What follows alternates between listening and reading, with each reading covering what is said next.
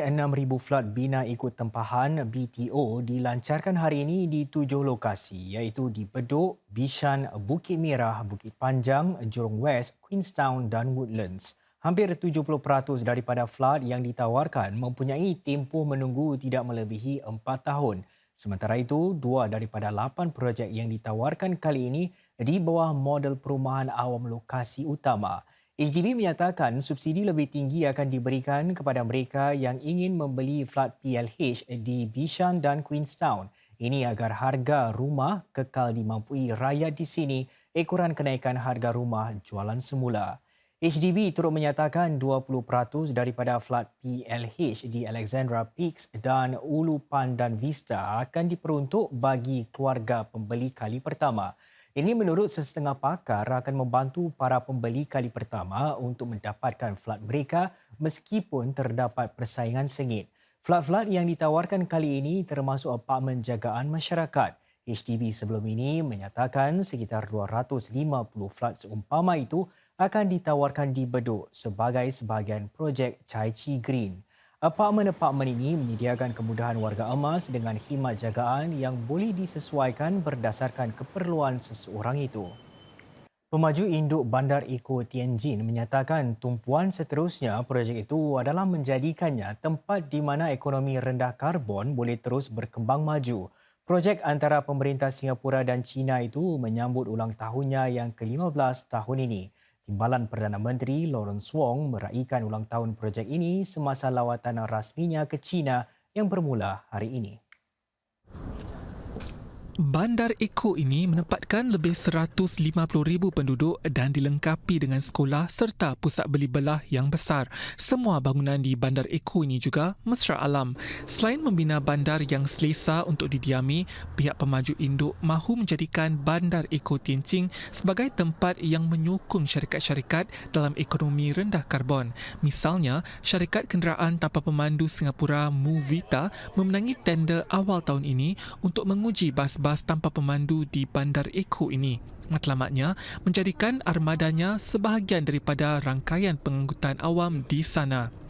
Movita akan membuka sebuah pejabat di Bandar Eco Tianjin menjelang hujung tahun ini serta sebuah hub penghilangan sehenti dengan pembuat bas di Xiamen. Ia juga berharap untuk memanfaatkan pelabuhan Tianjin bagi mengeksport kenderaan keluarannya ke lebih banyak pasaran. Meskipun pemaju induk ini berharap lebih banyak syarikat seperti Movita akan membuka pejabat di Bandar Eco tersebut, mereka akur bahawa mungkin terdapat cabaran ekoran masalah-masalah yang dihadapi ekonomi China. Dalam pada itu, Timbalan Perdana Menteri Lawrence Wong akan mempengerusikan secara bersama Majlis Bersama Kerjasama Dua Hala di Tianjin pada Khamis nanti. Ini merupakan kali pertama Encik Wong dan Naib Premier China Ding Xuexiang menerajui JCBC selepas rombakan pucuk pimpinan China dan Singapura. Mereka akan menyimak kerjasama antara kedua-dua negara dan merancang hala tuju bagi kerjasama akan datang. Mereka juga akan mempengerusikan bersama mesyuarat-mesyuarat berkaitan 3 projek antara pemerintah di Suzhou, Tianjin dan Chongqing.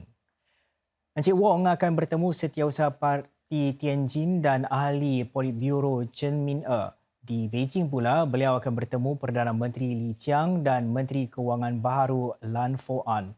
Encik Wong akan diiringi 11 anggota generasi kepimpinan Singapura yang seterusnya.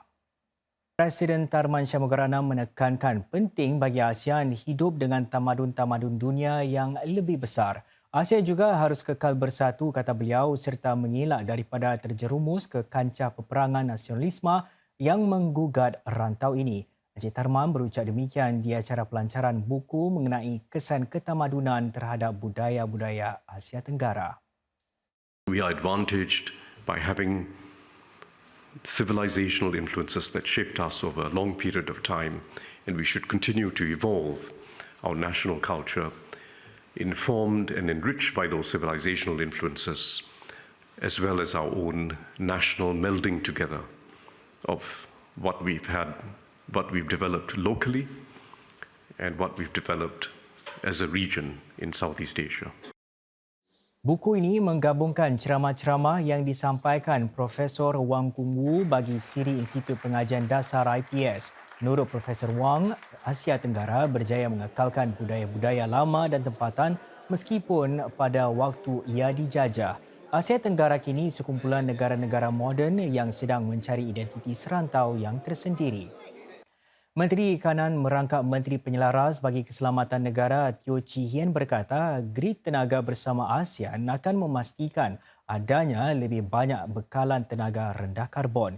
Ini juga akan menjamin daya tahan bagi negara-negara rantau ini. Beliau berkata demikian dalam satu perbincangan tentang tenaga dan penyahkarbonan di luar sidang puncak iklim COP28. Tambahnya lagi, grid tenaga ASEAN dapat membolehkan pertukaran berbilang hala antara negara-negara anggotanya bagi bekalan tenaga boleh diperbaharui. By working together on renewable electricity projects, we can accelerate deployment timelines and unlock a greater supply of low carbon energy to ensure energy access, security, and resilience to more people in our region. Para pelajar berusia 15 tahun di Singapura menduduki tangga teratas dalam satu tinjauan global 2022 bagi membaca, matematik dan sains di bawah program bagi penilaian pelajar antarabangsa atau PISA.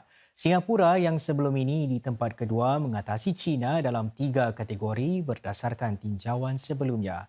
Hampir 80 negara mengambil bahagian dalam tinjauan PISA itu yang diselaraskan oleh Pertubuhan bagi Kerjasama dan Pembangunan Ekonomi. 6,600 pelajar sekolah menengah dan privat mengambil bahagian dalam tinjauan terkini itu. Markah purata untuk kohort kali ini bagi matematik dan sains mencatat peningkatan berbanding pada 2018. Markah bagi bacaan pula turun sedikit. Bagaimanapun, menurut laporan itu, negara-negara lain juga mencatat prestasi serupa. Ini mungkin mencerminkan perubahan terhadap tabiat membaca di peringkat sejagat. Kementerian Pendidikan menyatakan prestasi kukuh Singapura mengesahkan daya tahan sistem pendidikan negara ini semasa pandemik. Ia juga mencerminkan usaha berdedikasi sekolah dan guru-guru dalam menyokong pembelajaran dan kesejahteraan para pelajar sepanjang tempoh itu. Bagaimanapun, para pelajar Singapura mencatat prestasi lebih rendah dalam 2 bidang iaitu hubungan kukuh dengan anggota keluarga serta kegiatan fizikal. Kurang 50% menyatakan ibu bapa ingin tahu apa yang mereka pelajari. Sekitar 30% pula melaporkan tidak bersenam di luar waktu sekolah. Hanya 22% menyatakan mereka bersenam sekurang-kurangnya 4 hari dalam tempoh seminggu di luar waktu sekolah.